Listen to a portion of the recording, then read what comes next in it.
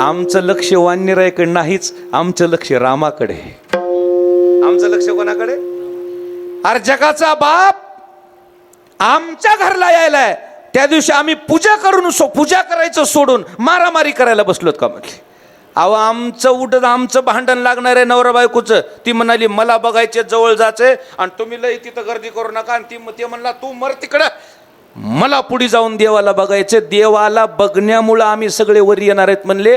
आम्ही कोणालाही धक्का लावणार, अक्षरशः पुलाच्या बाजूनं इकडं 100-1 किलोमीटर, पुलाच्या बाजूनं तिकडं 100-1 किलोमीटर सगळेच जनावर वरी आले. डॉल्फिन माशान, शार्क मासा,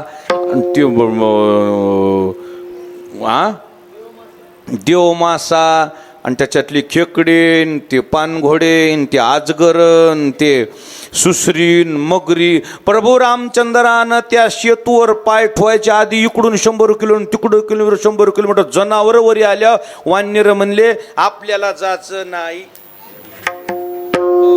ते बघा म्हणले जनावर आपला फराळ केल्याशिवाय राहत. त्यावेळेस प्रभू रामचंद्र म्हणले अरे येडे हो, ते तुम्हाला खायला वरी आले नाहीत, मग ते मला पाहायला वरी आलेत. त्यांच्या मस्तकावर जरी तुम्ही पाय ठेवले ते तुम्हाला काही करणार. एक वानर म्हणला आपला विश्वास नाही, म्हणला मग हाताला धरा.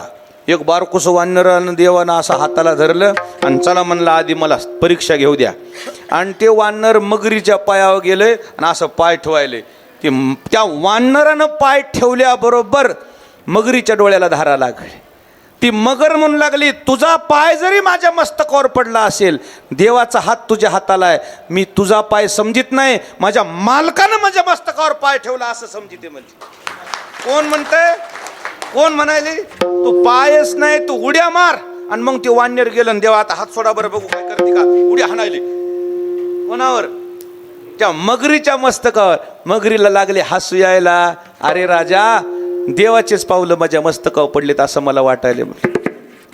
मीच नाही पण या समुद्रावरला एकही जीव तुमच्या केसालाही धक्का लावणार नाही.